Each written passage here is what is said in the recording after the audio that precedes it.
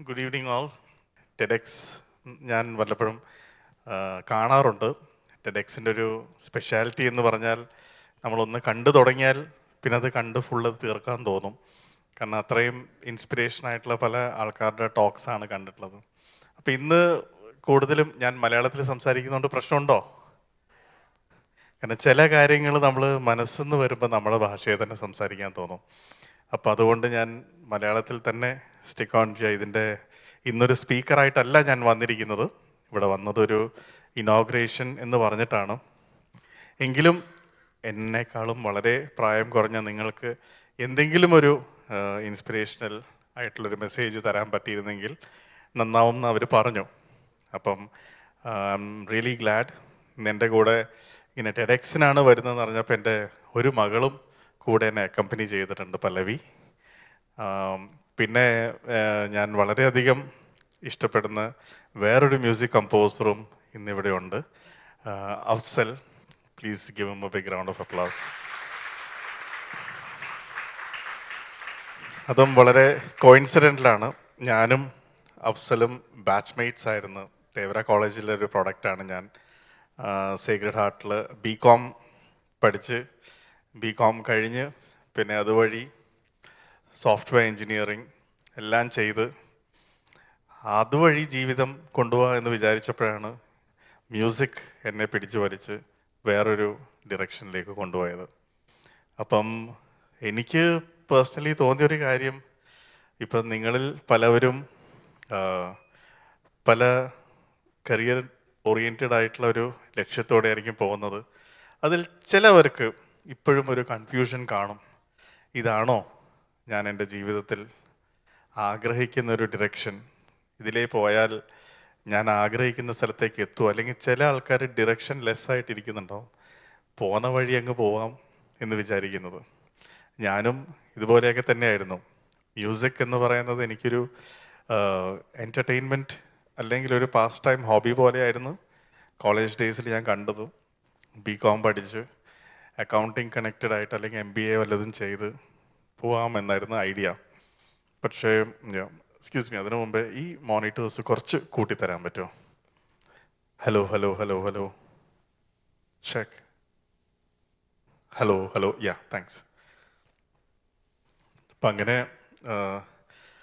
ഞാൻ പറഞ്ഞു വന്നത്, നമ്മളുടെ എന്തൊക്കെയാണ് നമ്മൾ ചെയ്യുന്നതെങ്കിലും നമ്മളുടെ ഉള്ളിൻ്റെ ഉള്ളിൽ നമ്മളിങ്ങനെ വിളിച്ചുകൊണ്ടിരിക്കുന്ന എന്തെങ്കിലും ഒരു കാര്യമുണ്ടാവും, നമ്മളുടെ പാഷൻ എന്ന് പറയുന്നത്. ആ പാഷൻ നമ്മൾ സ്വയം കണ്ടെത്തുന്നതിലാണ് ഏറ്റവും വലിയ വിജയം ലൈഫിൽ. കാരണം ഇപ്പം ഞാൻ മ്യൂസിക് ഡയറക്ടറായി കഴിഞ്ഞ് അല്ലെങ്കിൽ ഒരു കീബോർഡ് പ്ലെയർ ആയിട്ട് വന്ന് മ്യൂസിക് ഡയറക്ടറായി കഴിഞ്ഞപ്പം എൻ്റെ കോളേജിൽ എൻ്റെ ബാൻഡ് മേറ്റ്സ് ആയിട്ടിരുന്ന് എന്നെക്കാളും കഴിവുള്ള എത്രയോ മ്യൂസീഷ്യൻസ് ഉണ്ടായിരുന്നു. അവരൊക്കെ ഇന്ന് എൻ്റെ അടുത്ത് പറയുന്നുണ്ട്, നമ്മൾ ലൈഫിൽ ഹാപ്പി അല്ല.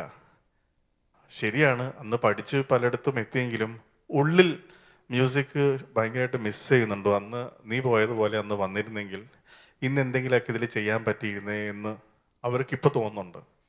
അപ്പം ഞാൻ മനസ്സിലാക്കുന്നത്, അവർ ultimately they are not happy doing what they are doing, but just doing it for the sake of doing.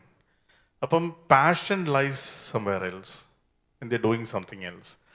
അപ്പോൾ the main thing is identifying your own passion. നമ്മൾ എന്താണ് നമ്മളുടെ ഉള്ളിൽ നിന്നും വിളിച്ചുകൊണ്ടിരിക്കുന്നത് നമ്മൾ തിരിച്ച് ഐഡൻറ്റിഫൈ ചെയ്ത് പിന്നെ അതിലേക്ക് പോയി കഴിഞ്ഞാൽ, എനിക്ക് പേഴ്സണലി തോന്നിയത്, എപ്പോഴും നമ്മൾ എന്ത് പ്രൊഫഷൻ ചെയ്യുകയാണെങ്കിലും അത് എൻജോയ് ചെയ്തുകൊണ്ടായിരിക്കും ചെയ്യുന്നത്.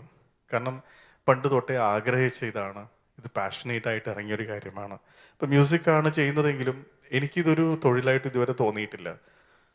ഓരോ സിറ്റുവേഷൻസും ഓരോ പാട്ടുകളും ഉണ്ടാക്കേണ്ടി വരുമ്പോഴും ഓരോ സ്റ്റേജ് പെർഫോമൻസ് വരുമ്പോഴും എല്ലാം ആ മൂമെൻറ്റ് എൻജോയ് ചെയ്യുക.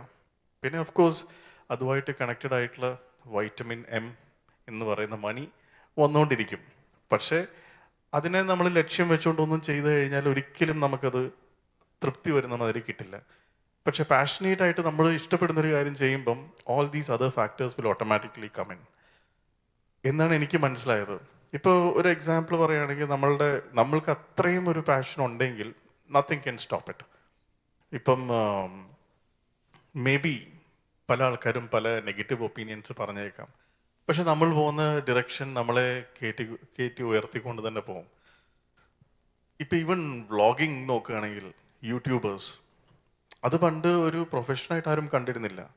പക്ഷെ ഇതിൽ ചില യൂട്യൂബേഴ്സ് ഭയങ്കര പാഷനേറ്റ് ആയിട്ടാണ് അവർ പ്രസൻറ്റ് ചെയ്യുന്നത്. അപ്പോൾ അവരുടെ ആ ഒരു പാഷൻ നമ്മൾ കാണുമ്പം you stick on to that content. അതിൽ നിന്നും മുമ്പോട്ട് പോകാൻ തോന്നില്ല. കാരണം അത് പാഷൻ ഡ്രിവൺ ആകുമ്പം നമ്മൾ naturally the people get attracted to it. അപ്പോൾ ഈ പാഷൻ എന്ന് പറയുന്ന ഒരു സംഭവം, ഈവൻ റിവ്യൂസ്, മൂവി റിവ്യൂസ് നോക്കുകയാണെങ്കിൽ തന്നെ അതിൽ പല വിഭാഗമുണ്ട്. ചില ആൾക്കാർക്ക് ഈ റിവ്യൂസ് പറയുന്നവരെ കണ്ടുകൂടാ. ശരിയാണ്, അത് ഡാമേജിങ് ആണ് ചില സമയത്ത്. പക്ഷേ ഈ റിവ്യൂ ചെയ്യുന്ന ആൾക്കാർ ഒരു പക്ഷേ അവരുടെ ഉദ്ദേശം is not to tamper or damage anything. അവർ പാഷനേറ്റ് ആയിട്ട് അവർ ആഗ്രഹിച്ചൊരു കാര്യം അവർ പ്രസൻറ്റ് ചെയ്തുകൊണ്ടിരിക്കുന്നു. അവരുടെ പാഷൻ ലെവൽ ഹൈ ആവുമ്പോഴാണ് nothing can stop it and it's just like a fire. അപ്പം ഇപ്പം നമ്മളുടെ നിങ്ങൾക്ക് എല്ലാവർക്കും അറിയുന്ന ഒരാൾ, ഞാൻ ഇന്ന് രാവിലെ അദ്ദേഹത്തിനടുത്ത് സംസാരിച്ചു. Ashwanth Kok is very popular. അപ്പം ഞാൻ പുള്ളിയുടെ അടുത്ത് വെച്ചു, നിങ്ങൾ ആക്ച്വലി ഒരു പ്രൊഫഷൻ അല്ലേ, അതിൽ നിന്നും ഈ പ്രൊഫഷനിലേക്ക്. അപ്പം അടുത്ത് പറഞ്ഞു പാഷൻ. അപ്പോഴാണ് ഞാൻ ഇതും നോട്ട് ചെയ്ത് വെച്ചത്. ഈ പാഷൻ ഡ്രിവൺ ആയതുകൊണ്ടാണ് ഒരു മനുഷ്യനും ഒരു ലെവലിൽ കൂടുതൽ U can't oppose, because that passion is so strong and nature is supporting him so much. അപ്പം നമ്മളുടെ എന്തൊരു കാര്യമാണെങ്കിലും നമ്മൾ തന്നെ സ്വയം നമ്മൾക്കൊരു പാഷൻ ഐഡൻറ്റിഫൈ ചെയ്യാൻ പറ്റിയാൽ, what I believe is just stick on to it. ഇപ്പം നിങ്ങൾ പലരും എൻജിനീയറിംഗ് സ്റ്റുഡൻസ് ആണെന്നറിയാം. നിങ്ങൾ ആരെയും എൻജിനീയറിംഗ് വിട്ട് വേറെ ഇതിലേക്ക് പോകാനല്ല പറയുന്നത്. പക്ഷേ it's never too late to identify your passion and make it a passion driven life. I wish you all the very best and keep rocking. Have a pleasant day.